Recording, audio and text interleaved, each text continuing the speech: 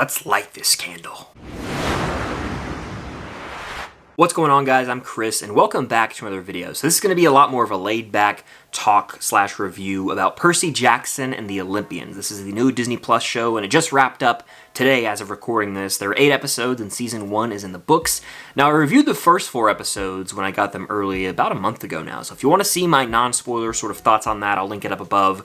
This video will have some spoilers, and it's more of just my overall consensus thoughts on the show now that I've seen the entire thing.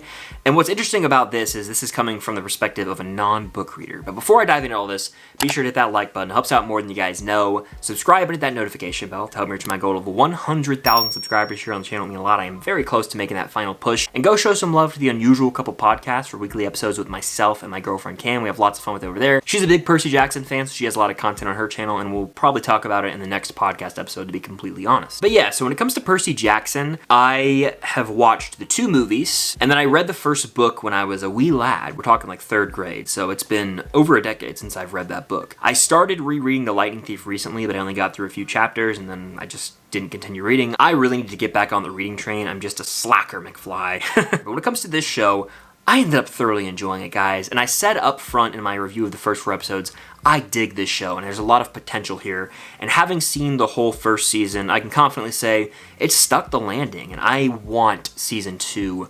Fingers crossed it does get renewed. And again, there will be some spoilers here, I'm not sure when, but at some point in the video, I'll get into spoiler territory. And my big takeaway, as I sit here only about an hour after the finale ended, is that I think patience is key with shows like this. And when it comes to the week-to-week model of shows, I have to remind myself to have patience, but I think just people in general as well, they need to remember to have patience. We're gonna see this story play out. It's not like we need this immediate gratification today.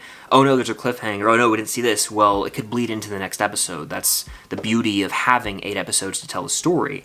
And that's exactly what happened with The Lightning Thief in my mind. There are little seeds planted in episodes 1, 2, and 3 that we saw come to fruition in the finale or in episode 7, specifically regarding the character of Luke. Now, I knew what was going to happen with Luke. I knew the big twist that he was going to be obviously working for Kronos, and that he is essentially a villain who betrays Percy and everyone at the end of the season. So I knew that was coming, but the way they executed it really sold me, and Charlie Bushnell's performance, one of the best of the show, I'd say. In fact, the performances all throughout season 1 were a highlight for me. I talked in my last review about how, the trio's great, and I stand by that. I'm not going to sit here and regurgitate what I said. Everything I said about that rings true here. But I want to highlight the gods. I think across the board, they knocked it out of the park. I know there was some controversy about Lin-Manuel Miranda being Hermes. Get out of town. That's Hamilton. Don't talk about him.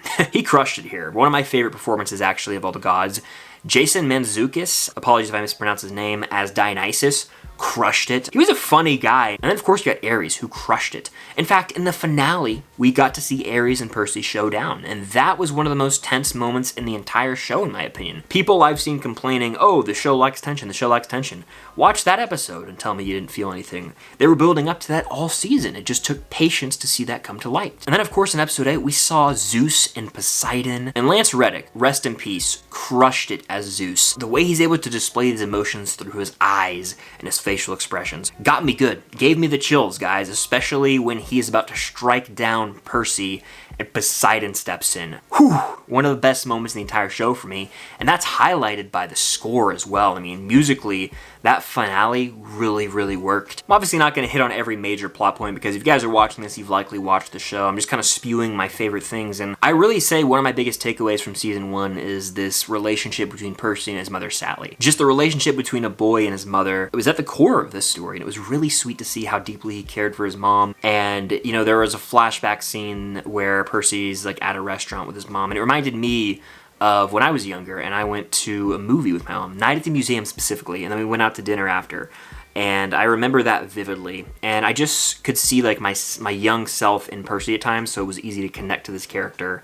And I think that's probably the case with a lot of folks watching. No matter what stage of life you're in, Percy's a character who's easy to connect to, easy to root for as well. And I think a lot of that too comes from the underdog mentality. Percy's this demigod going up against Ares, going up against the gods, and you can't help but root for him because he feels outgunned, outmanned. Sorry for the Hamilton reference. You can't help but root for Percy, and that's what makes a great hero. Is someone you want to fight for, you would go to war for if you were in the show, and that's how I feel about Percy Jackson in this season. Now, this could turn into a bit of a rant, and that's completely okay, but I do not get why there's this whole world of people out there that are like, oh my gosh, they changed this one detail from the book. How dare they? This has ruined my enjoyment. It's derailed the show for me. Those people, and if you're one of them, more power to you. But those people to me are not fun people because they will get hung up on one word or one sentence or one page from a book. And that applies to Percy Jackson or any other fandom. And they'll be like, well, they didn't do this exactly, and so I can't like this, and well, technically, well, actually, enough of that. Just enjoy what they're doing. Rick Riordan is heavily involved with the script, and so if changes are made, they're probably for the better for the overall narrative and the flow in a television show. A book is not a TV show. A book is not a movie, and people need to realize that. And I also don't understand why a lot of society is obsessed with this idea of everything from a book being a carbon copy in the TV show. It needs to be word for word exactly aligned with everything from the book in the TV show, or else I don't want it. It just takes away the fun of it, in my opinion. You've already read the book. You have the visualization of everything you've read of this story in your head. So if you want that, go reread the book and think about it that way. This TV show is supposed to be something everyone can enjoy, even if they don't read the book. And as someone who hasn't read the book since I was a wee lad, I was able to thoroughly enjoy a lot of this. I've heard through the grapevine and through people I know who read the books that they made some little changes, but it's not like they changed the whole entire plot like they did in the movie. But yet there are people out there who are claiming the movie is a better adaptation and the movie's better than the show, and it baffles me. What do people want? Maybe it's just my background never having been a massive book reader, but even when I read the Hunger Games novels before going and seeing those films in theaters, sure, they tweaked tiny things, but I didn't mind. It's not like I was like, oh man, they didn't include this one detail of how Katniss got the Mockingjay pin. I don't think I like this movie anymore. I'm gonna drop it 2 points out of 10. What? It's insane to me. Changes are made for the better often. And it's also like, don't you want differences? I get people love the books, and people love books in general, and big book readers are very sensitive about this kind of thing. But I just won't understand that. And that's where I'm coming from. I don't understand how people can read a book and be like, oh, I want to see this in a movie, but it has to be exactly what I read or I don't want it. If Rick Riordan changes something, it's probably for the better. All that to say, I thought season 1 did a great job of building out this world, and by the end, it did remind me a lot of the Sorcerer's Stone, especially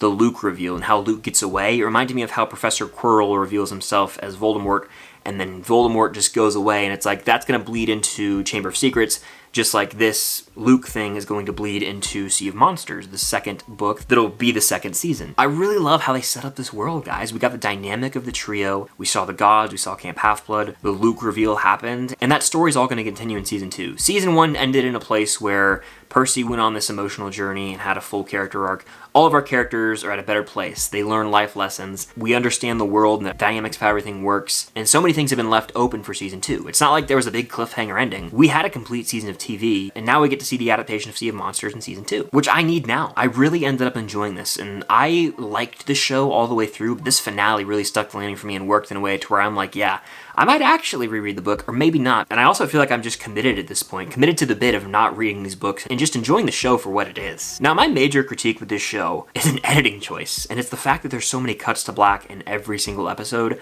I thought it was maybe going to stop after episode 4, but it continued, and sometimes it just made the tension release a little too quickly, but that's just my opinion.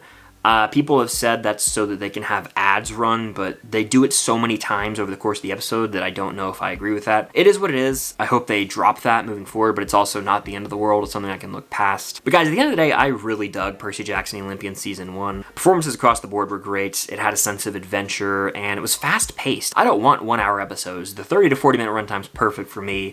I think a lot of people want more sometimes without realizing that means that things are going to be slower paced.